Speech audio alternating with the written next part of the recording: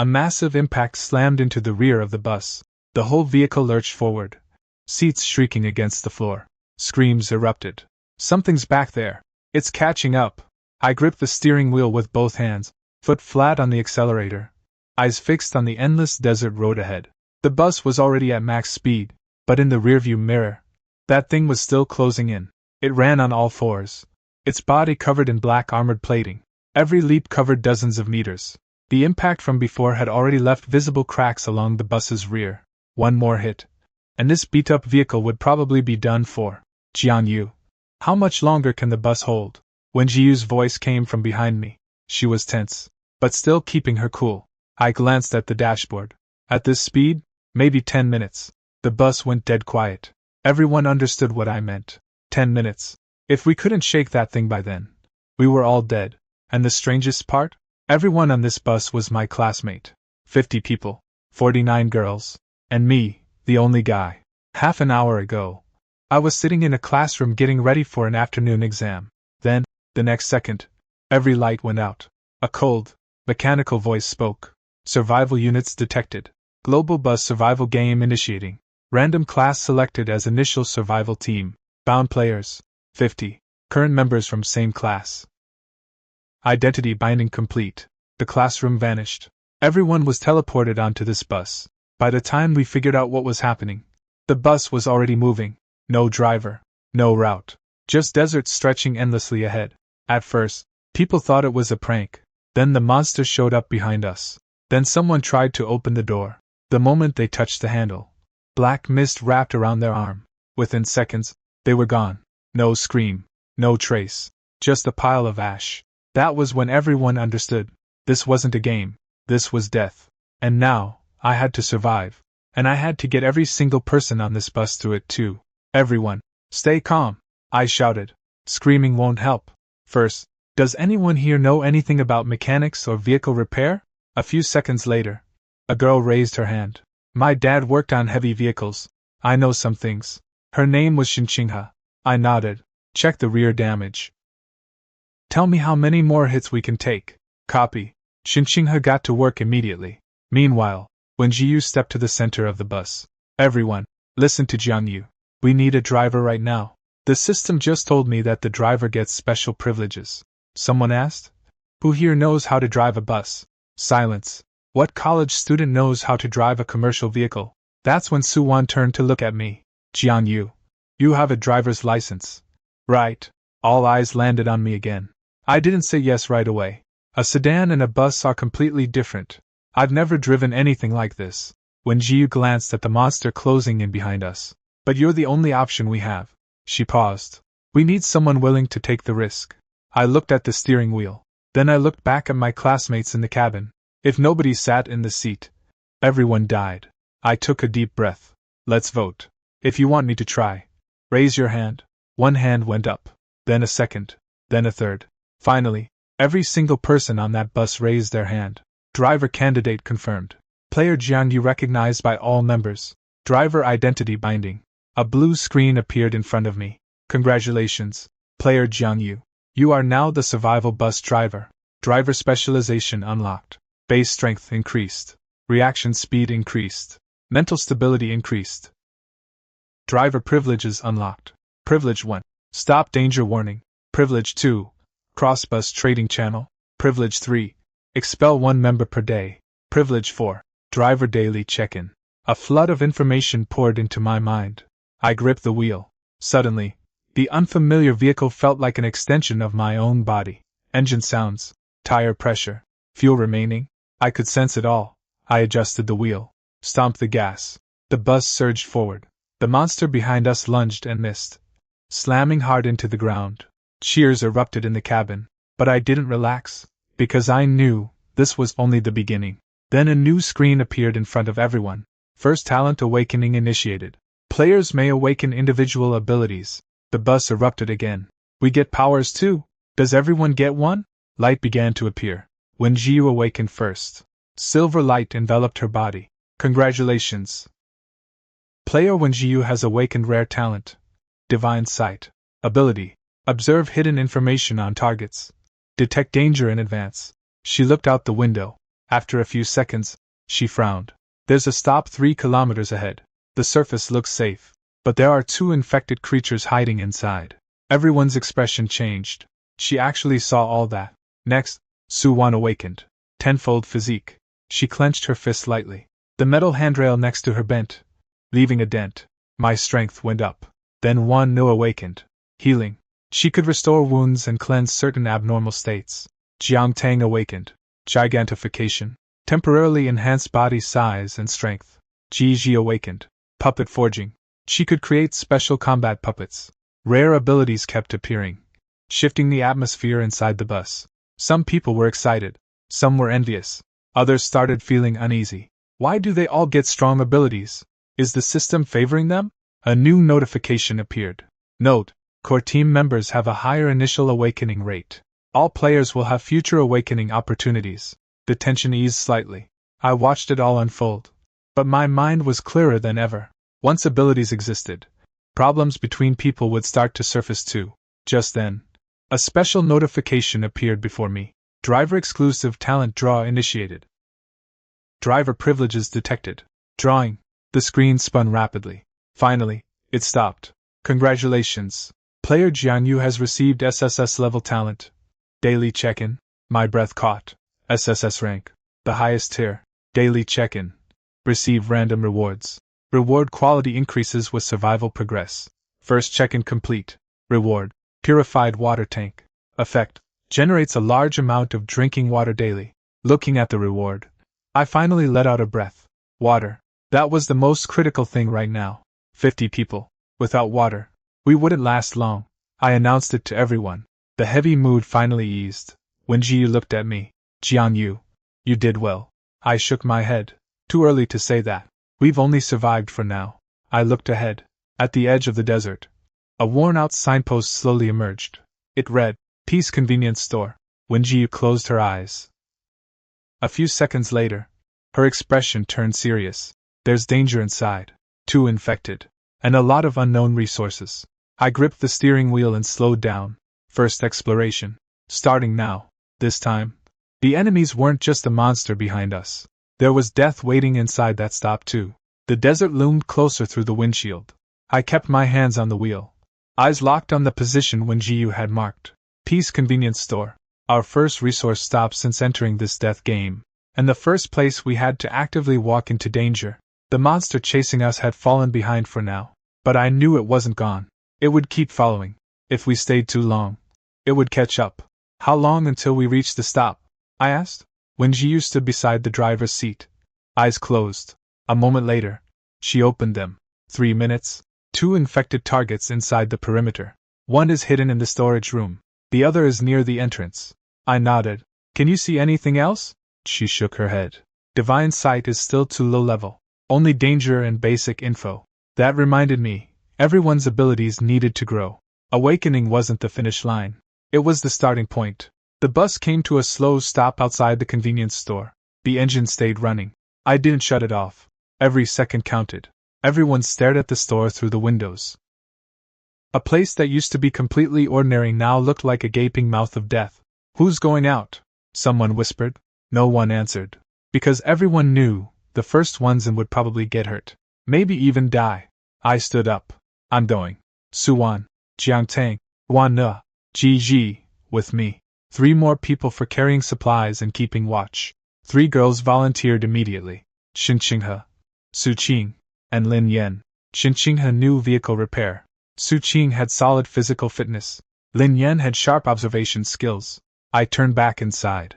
When Jiu stays on the bus. She frowned. You'll be out there alone directing things. That's dangerous. I shook my head. Your ability is our eyes right now. If there are hidden dangers in that stop, only you can spot them in advance. Your job matters more than fighting. When Jiu was silent for a moment. Finally, she nodded. Come back alive. I managed a small smile. Don't worry. I'm not planning on dying here. I pushed the door open. Cold air hit my face. Everyone went quiet. We walked toward the store. As we approached the entrance, a rotten face appeared behind the glass door. The zombie slammed against the glass. Its empty eyes fixed on us. A guttural growl tearing from its throat. The glass shattered the next second, and the zombie lunged.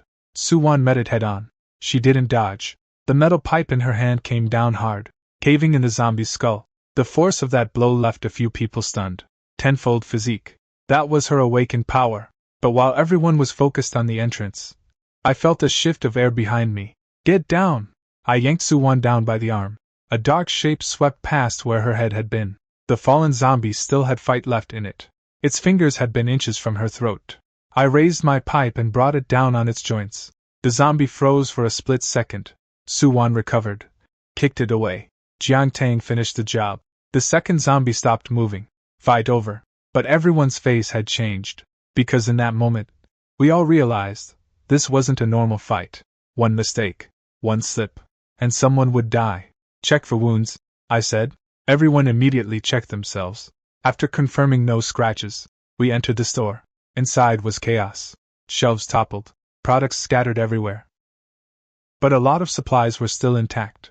When Jiyu's voice came through our comms, there's a metal box behind the counter. There's a hidden area in the corner of the storage room. Potential special resources. We searched exactly where she pointed. Sure enough, behind the counter we found an iron box. Inside, medical supplies and tools. In the storage corner, a batch of unopened metal parts. Gigi's eyes lit up. These can be dismantled. She activated her ability, palms pressing against the metal. A special glow passed over the parts. Obtained.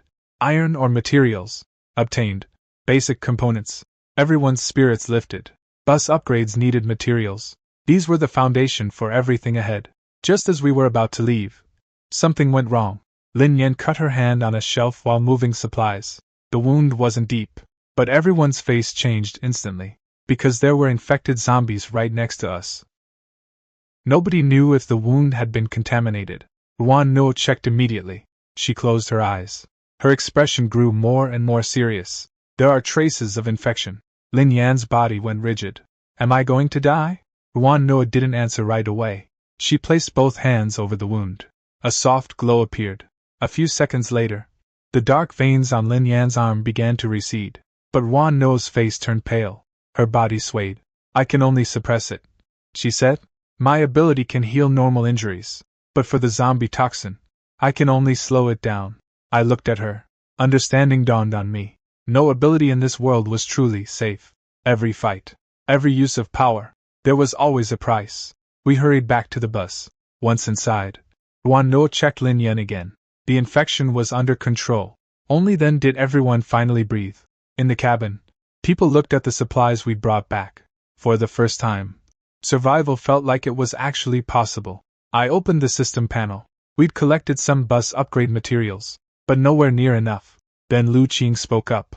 I have a question. Everyone looked at her. She was sitting in her seat. Expression complicated. From now on, are only people who go out and fight going to get more resources? I didn't answer right away, because I knew this question would come up eventually. Yes, I admitted directly. People who take risks should get more. Muttering spread through the cabin. Lu Qing pressed on. What about the rest of us? If we don't have abilities, are we just supposed to rely on everyone else forever?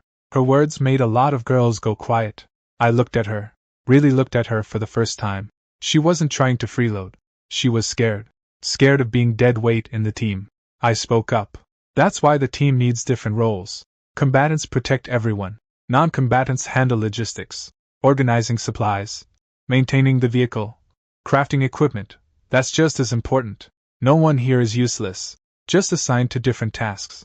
Lu Qing didn't argue. She just lowered her head. I knew the issue was settled for now. But later, as resources became more critical, similar questions would come back. Night fell. The bus rumbled back to life. The temperature in the desert was dropping fast. I checked the fuel gauge, calculating our route. At this speed, we could stay ahead of the chasing monster for now. But nighttime was where the real danger lay. Right on cue, a system warning appeared. Warning: nighttime region danger level increased. Pursuit target entering enhanced state. Numerous roaming infected spawning nearby. The lights inside the bus flickered. Everyone looked out the windows at the same time. Out in the dark desert, 1, 2, a dozen, more and more silhouettes. Closing in, I gripped the steering wheel. The real survival test was just beginning. Night had fallen. The bus cut through the darkness, headlights tearing apart the road ahead. Beyond the windows, blurry shapes were drawing closer. The infected that kept their distance during the day were suddenly faster at night. Like something was driving them into a frenzy. Left side. When Jiu's voice cut through. 6 infected approaching. I adjusted course immediately. The wheel turned, and the bus swerved away from the densest cluster ahead. An infected slammed into the rear. The whole bus shuddered. Bus durability decreased. The system notification appeared. Xinqinghe checked the vehicle's condition right away. Rear damage. If we keep taking hits like this, we've only got a few more in us. I looked at the rearview mirror. At the edge of the desert, the thing that had been chasing us since the start had reappeared. It was more vicious than during the day. Faster, too. I gripped the wheel. Everyone, listen up. From now on, the infected aren't our only problem. We need to protect this bus. After everything we've been through, everyone understood. This bus was our lifeline. Lose it, and we were done. We need driver rotations, I said. The driver's seat can't be empty. When Jiu started taking notes. Who's on the schedule? I looked around. I'll take first shift. Suwan, second. Jiang Tang, third. Wen Jiu, fourth. Su He and Su Shi take fifth. Su He blinked. Us? I nodded. You both did well during today's exploration. Su He, you handled supply carrying. Su Shi, you kept watch the whole time. Driving isn't just about combat ability. Stability matters more. The sisters exchanged a look and nodded seriously. For the first time, they felt like they were truly part of the team. The night stretched on for hours. No one really rested. Every time something hit the bus, everyone woke up instantly. Then, in the early hours of the morning, a familiar light panel appeared before me. New day begins. Driver daily check-in available. I didn't hesitate. Check-in. Check-in successful. Reward. Spatial expansion pack. Combat skill acquired. Void slash. Information flooded into my mind. The spatial expansion pack increased our storage capacity. Void slash was a ranged attack skill. I tried channeling energy toward my palm. A thin blade of light formed there. It lasted only a few seconds, and sweat was already on my forehead. So the skill couldn't be used endlessly. It consumed mental energy. But for where we were now, it was more than enough. Morning brought a new crisis. Warning. Forced engine shutdown approaching. Everybody's face went pale. The first day's rule reappeared in our minds. Every day, the bus would forcibly shut down. After shutdown, death fog would fill the cabin. Anyone still inside after 3 minutes would die. I pulled up the map immediately. Ahead, an abandoned highway service station. Not far. Full speed. The bus tore toward it. We made it with minutes to spare. I threw open the door. Everyone off. People moved fast. The moment the last person stepped off, black fog poured out of the bus interior. Within seconds, the seats and floor, everything, was swallowed under a layer of black mist. Everyone stared, blood running cold. If we'd been one step slower, they'd all be dead. Remember this, I said, looking at everyone. Before every shutdown, we find a safe area in advance. No relying on luck. Everyone nodded. The service station was run down, but at least there were a few abandoned rooms. When Jiu activated Divine Sight, some infected in the area. No high-level threats. We were safe.